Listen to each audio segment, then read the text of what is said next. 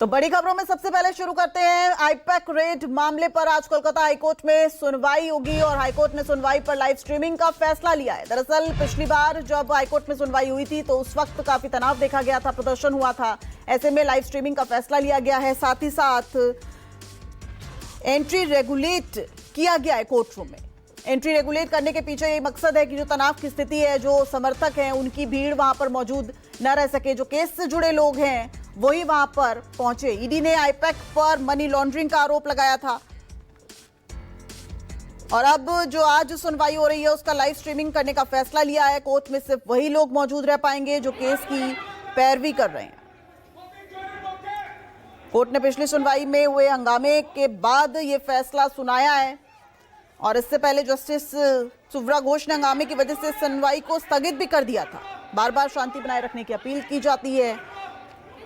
आपको बता दें, ईडी ने अपनी याचिका में मुख्यमंत्री ममता बनर्जी के खिलाफ सीबीआई जांच की मांग की थी। ईडी का आरोप था कि छापेमारी के दौरान सीएम ममता बनर्जी जांच में बाधा डाल रही हैं।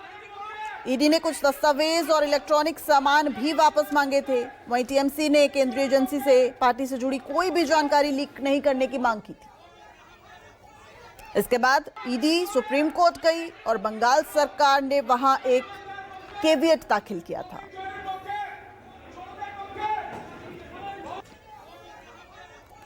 तो बड़ी खबर, इस वक्त ममता सरकार ने ईडी की रेड को हाईकोर्ट में चुनौती दी थी। ऋषिकेश हमारे सहयोगी हमारे साथ कोलकाता से लाइव जुड़ गए हैं। ऋषिकेश, ये जो आईपैक मामला है, अब यानी दीदी वर्सेस ईडी की लड़ाई कोर्ट तक पहुंच गई है, जरा समझाइए थोड़ा।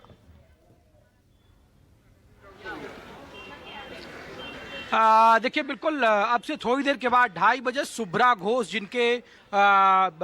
जिनका जो कोर्ट रूम था और उसमें बीते 14 जनवरी को ये हियरिंग होनी थी, लेकिन दोनों ही पक्षों के वकीलों की जबरदस्त भीड़ हो गई थी कोर्ट रूम में और उसके बाद वो सुनवाई स्थगित करनी पड़ी थी। और अब से थोड़ी देर के बाद उसी कोर्ट रूम में सुब्रा घोष का और वहीं पे ये सुनवाई शुरू होनी है।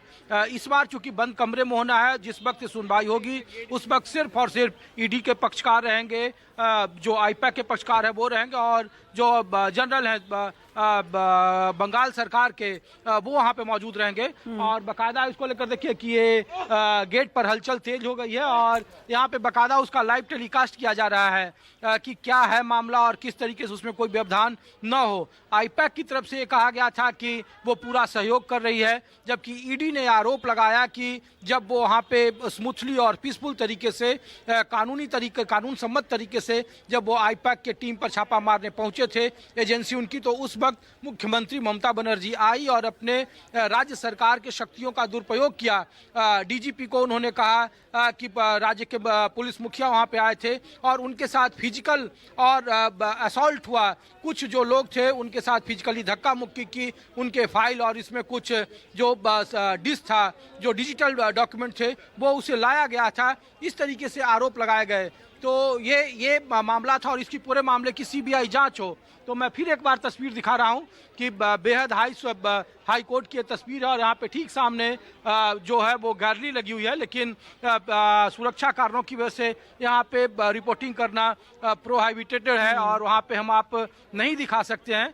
तो मैं कोशिश करता हूँ कि अगर कुछ यहाँ पे लोग अगर बात कर पाए तो सर, ये कुछ ऐसा प्रावधान है क्या कि मुख्यमंत्री अगर व्यवधान पैदा करे एजेंसियों में तो उन पे मुकदमा चलाया जा सकता है? हाँ, एजेंसी है, लीगली कर रहा है। इन्वेस्टिगेशन को अगर कोई इम्पीड करे तो इन्वेस्टिगेशन इम्पीड करने का तो सख्त सजा जो है वो तो सबको होना चाहिए।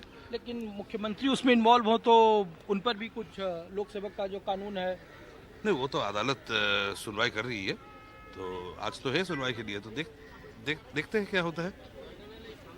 देखिए, ये प्रावधान है और इस पूरे मामले की सीबीआई जांच की मांग करी। हालांकि ये मामला सुप्रीम कोर्ट में है। सुप्रीम कोर्ट में राज्य सरकार ने कैविएट दाखिल किया बंगाल सरकार ने और कहा कि अगर सुप्रीम कोर्ट में ईडी का मामला सुना जाए तो इस पर उनके राज्य सरकार का भी अपना वो पक्ष रखे। और बाकायदा ये बात राज्य सरकार जानती थी, मुख्यमंत्री ममता बनर्जी जानती थी। इसीलिए जब आईपैक में छापेमारी खत्म हुई तो उसके 24 घंटे के भीतर ही उसकी वीडियो रिकॉर्डिंग कराई गई। ये बताइए जरा कि चूंकि आप तो पश्चिम बंगाल में इस वक्त काफी समय से हैं और आम लोगों से बात भी करते हैं। ये जो इस तरह के मामले हैं, जिस तरीके से ममता बनर्जी कह रही है कि ये बिल्कुल गलत हो रहा है, ईडी ये कह रही है कि ममता बनर्जी जांच में बाधा बन रही हैं, आम लोगों को कितना प्रभावित करते हैं?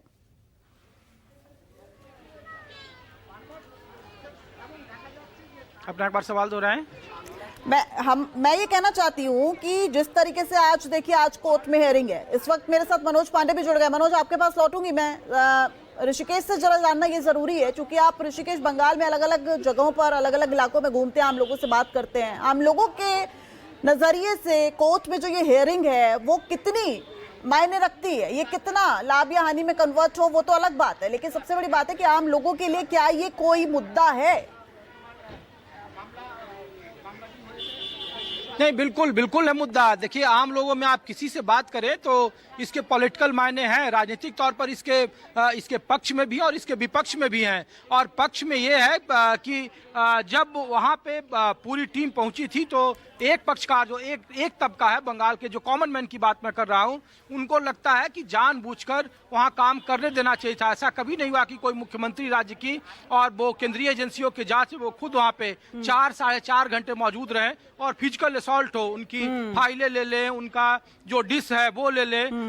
लेकिन ममता बनर्जी राज्य सरकार है और चूंकि उसमें डीजीपी की उसमें बाकायदा रिपोर्ट जाएगी, उसमें पुलिस का इन्वेस्टिगेशन चल रहा है और उसकी भी रिपोर्ट आज यहाँ सबमिट की जाएगी। तो दूसरा पक्ष पैरोकार कह रहा है कि आप इस तरीके से किसी भी राज्य सरकार के, खास करके पॉलिटिकल पार्टी के जो पॉलिटिकल कंसल्टेंसी है, उस पर आप छापा नहीं मार सकते हैं बगैर किसी सूचना के। आपके पास